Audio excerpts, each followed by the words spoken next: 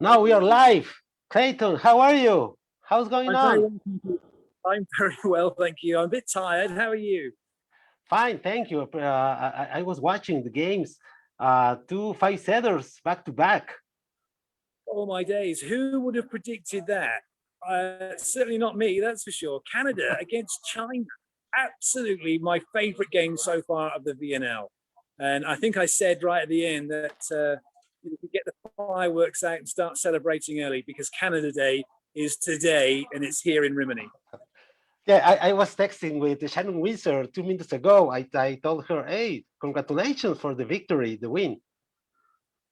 Oh, it's incredible. It wasn't as if China even played badly. It was more that suddenly there was a belief about what Canada were doing. Howe was playing brilliantly, and King was distributing the ball so well. Everybody, Magoli in the middle, everybody was just playing awesome. And Sharon Windsor was so cool as the coach, just saying, okay, just focus on this, let's do that. Not one moment did she get upset. She was enjoying the ride as well. And then before they knew it, they're in a 5-setter, and then they go and win. Yeah. I like being didn't see happy with this game. Yeah. I think so. And then of course I get another 5-setter. I didn't even get a chance to leave the commentary position. Pretty much, that's I don't know what 5-6 hours in the commentary position today, but I enjoyed every second of it. With Japan just seeing off Italy. Italy played amazing. Nwakalo in the opposite for Italy. What a performance from her.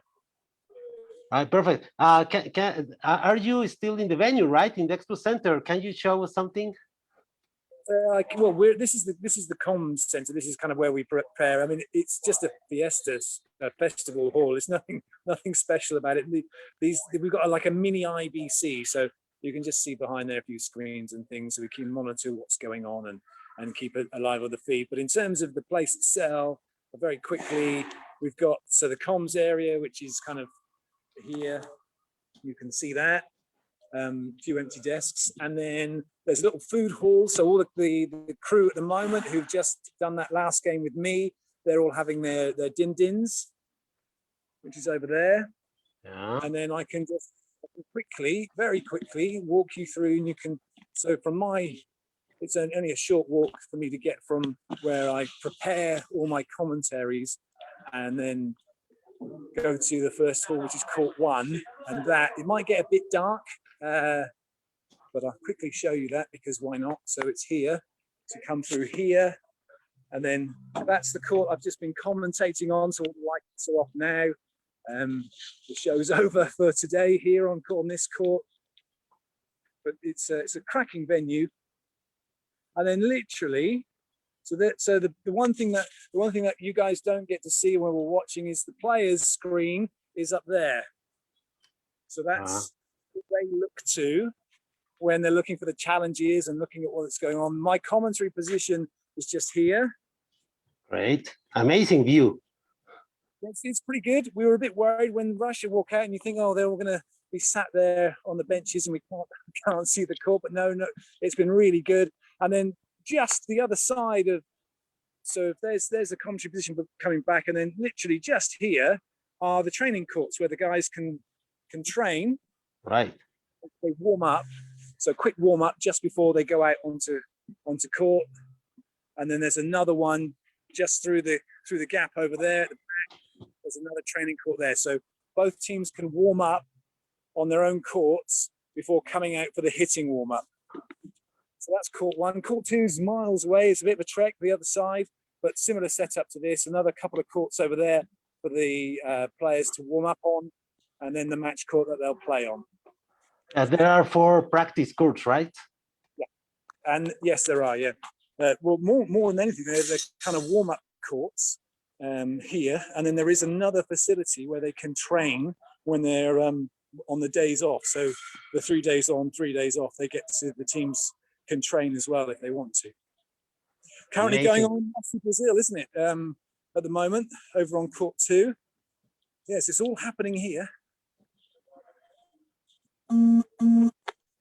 What's that sound? Oh no, it's just there's all sorts going on here. So Metal detector or what? It's what? Metal detector? Yeah. Oh, I think something's reversing. Or me. I probably got a bit of metal in me. A few operations over the years. What's been your highlight today, Alejandro? Sorry? What's been your highlight? Highlights for today? Well, I think well, let's talk a little bit about beach volleyball, about Sochi, Russia. You know, the American teams are hot, and they define the spots in Ostrava. Well, yes, so Clayton Lucas took a goal, didn't they? And that means now they have overtaken Kerry Walsh-Jennings and Brooke Sweat by 160 points. Yeah, and at Walsh and Sweat, they are going to the country quota tomorrow. Yes, so after Cancun, that was the scenario. Because of how well Clayton Lucas had done, it really flipped things. Although Walsh-Jennings and Brooke Sweat were in front, they were dropping into the country quota, and Clayton Lucas straight into the main draw. And then, of course, that fabulous victory. So whilst it's not done yet, there's still an event to go, I think, Ostrava, but it means it's going to be a huge mountain for Kerry Walsh-Jennings and Brooke Sweat to climb in order to overturn that 160-point deficit they've now got. So it's looking odds on that Clayton Lucas will be going to the Olympic Games. Who'd have thought that? Yeah, it sounds like that, because Kerry Walsh is playing country quota versus Emily Day and Sarah Hughes. Oh, God, it doesn't get any tougher, does it really? Yeah, it might be the end of an era then for Kerry Walsh-Jennings, but I'm sure she'll go well. She won't give up without a fight, that's for sure. Yeah, and well, on the men's side, it's hot. Jay Gibb and Taylor Crabb are in number 9 with 7,040 points, the same points as the number 10, Nick Lucena and Fidel Hauser. And in the number 13 is Trey Bourne and Trevor Crabb with 6,680 points. So close, and it's gonna take something special, isn't it? And two teams are going to be, very disappointed that they're not going. But that's the beauty and the cruelty of sport, and it's what makes it so appealing. It's what makes it so exciting. And for the neutrals, it's appealing, and for those supporting the USA and supporting those teams, it's edge of your seat stuff and heart in your mouth for the next tournament. Yeah, I think the most attractive games will be the American games, the teams of the USA teams in Australia for sure. The beach volley Vikings, they get 17th place. Why do you think they are relaxing a little? No, not really. I think that you've got I think it's Marley's who had an injury, and so the pandemic kind of helped. But and Cancun was tough. They left a week early. They didn't do the third event. Whether or not there was a recurrence of that or they planned it, don't really know. But they're safe. They're done. They can focus on that. So maybe that focus, as you say, not really that worried. It's difficult to say, isn't it? Unless you're right in the thick of it and you know exactly what's going on. We can speculate as much as we want. But one thing's for sure, though, Ahmed and Sherif are still going strong, aren't they? They are awesome. And if they don't, second place for Sherif and Ahmed again. I think everyone will be surprised if they don't get a medal in Tokyo, quite frankly. Yeah, in the last 4 events, 3 silvers and 1 gold. It's pretty amazing for Qatar. It's all about peaking at the right time. Let's hope they haven't too early, though. Yeah, right. Well, Clayton, tomorrow is the 3rd day of women's. Then we will come back to men's. I'm still amazed about the Russia-Japan game. I have watched the game 3 times. Because it's amazing the way Japan men come back in that game. Yeah, Ogawa. Oh my days. Ogawa. I think we should just be shouting from now on. The libero was just incredible, wasn't it? It was literally. But then you can't just say, oh yeah, it was all him. It wasn't. The team played incredibly well. It was the David and Goliath story, and David did actually win. Which at the start of it, I thought, yeah, I could say that, but I fully expect Goliath to win this one. Oh no! Oh no! What a game! And it's a very good proof, Clayton, that yeah, it's important to be tall and to be strong in volleyball, but it's not compulsory. You can win without the tallest players. Look, if there's people watching this who think that they're not tall enough to play volleyball, then you need to think again. It's not about your height. You watch Japan and you watch these other players within countries play. The setter for Argentina, not to Checo, but the other lads. And I forget. Forgive me, I forget his name. But I think he's only 1.75 meters. He's one of the shortest players to set. And you had Avital Selinger, who set for the Netherlands, was short. You don't need to be tall. If you've got the skills, then you're good enough to do it. Then you can do it without doubt. And Japan showed that. Their ability to move the block around, the speed of their play was just breathtaking. And also the joy. They're really enjoying the game. Yes, it made me smile commentating. It's infectious. And I think and that comes through in their play. You remember when the libero hits the ball with the head, and he was laughing a lot. It's funny because at the time the producer was in my ear saying, and because they kept showing it, and I was just giggling away and sort of saying it'd been a shame it didn't stay in play. But then she went, "He's just done the worm." He was breakdancing. Yeah, right. Clayton, what do you know about the Argentinian team? I heard the weekend that the other 5 players were traveling on weekend to Italy. Yeah, I've heard that as well. So we'll just have to see what that means for them in terms of quarantine, how long, if any, they have to wait before they can all play. But even though they haven't been up to full strength, they've still been playing very well, Argentina. Again, it's this competition like this brings the best out in players. And right now, even for example, today with Italy losing to Japan, and they've walked away with a point, they still got no victories, but they certainly overachieved today and just played some very entertaining world-class volleyball that's got everyone talking about it. And a lot of these teams are doing that. There haven't been any dull games of volleyball. Yeah, right. Well, I see really well the Argentine players and Marcelo Mendes, and I think these 5 more players will be very relieving for them. Yeah, I think so as well. It's always good. I mean, you can't play 15 matches of volleyball with 9 players. So yeah, they're desperately needed, and that will have a big impact for them. Yeah, right. Looking at this, look at this. So quick update: Brazil 2-0 up and 4-1 up against Russia. Wow, yeah, Brazil are playing great. How you explain the when Brazil lost to USA, 3-1 USA? Do you know what? You look at the way that they bounced back against Japan.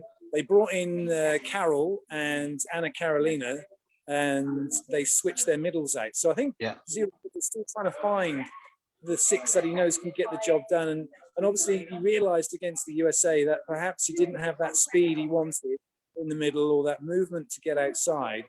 And those 2 played exceptionally well. And I wouldn't be surprised if, going forward, if Brazil make it into the Final 4, they will probably start against the USA. But, yeah, for sure. I think also on the men's side, well, USA lost to Brazil 3-0, but it's pretty impressive that the USA team, the both, they're playing their game. I think they're very focused not in BNL. They're very focused in Tokyo. All players are playing in the court. The new lineups every game. It's pretty amazing for USA. I think. Coach Guy's got a real problem, but a great problem to have as a coach in terms of who he wants to play and who he's going to, the 12 he's going to take from the players he's got here. And there's so much competition in the outside slot, so much competition in the setting role. And I think Juan Morantes probably has staked a claim for the starting libero. And then Larson, but then again, see, Larson, I don't know. Does he say, "Oh, it's be sentimental and give her a shake"? She's playing the governor is playing amazing, but then you got Parsons playing brilliantly as well. You think, oh, there's so many players, and then Kim Hill, Shackley, Kim Hill, 5 or 6 players for probably only 4 spots, maybe 3, maybe 4, depending on how many middles he takes. Yeah, tough one. Yeah, I wouldn't want to be coach right now. It's a happy problem for both teams, I think. Of course. But also at the same time, it's difficult for him because he knows he's going to be disappointing players. But that, again, that's the job of being a head coach for a great team when you've got so many players competing for places.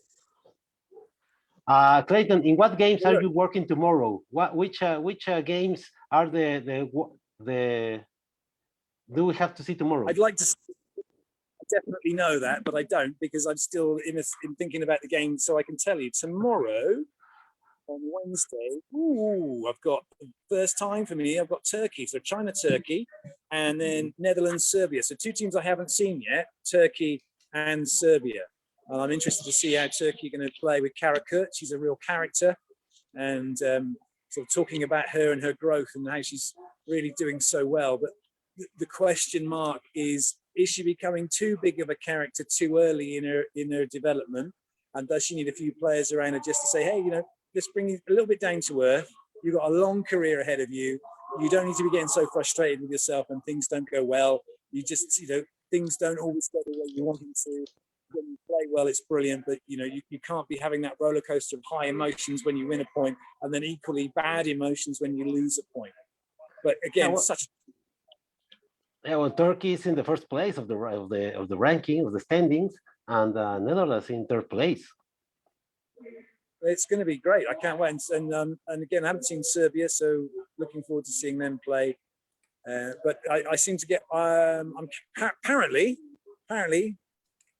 just between you and me, apparently I'm big in Asia, so I'm doing quite a lot of the games of China and Korea and Japan and Thailand. So which is great. But it's great just to see all the teams playing. Okay, Clayton, always is great to chat with you. How we can bet again maybe on Friday. We will text, okay? Okay, great, because I'm being told we've got to go now because I've got to drive back to the hotel. So lovely to talk to you. Take care. Hasta luego. Take care, Clayton. Adios. Adios.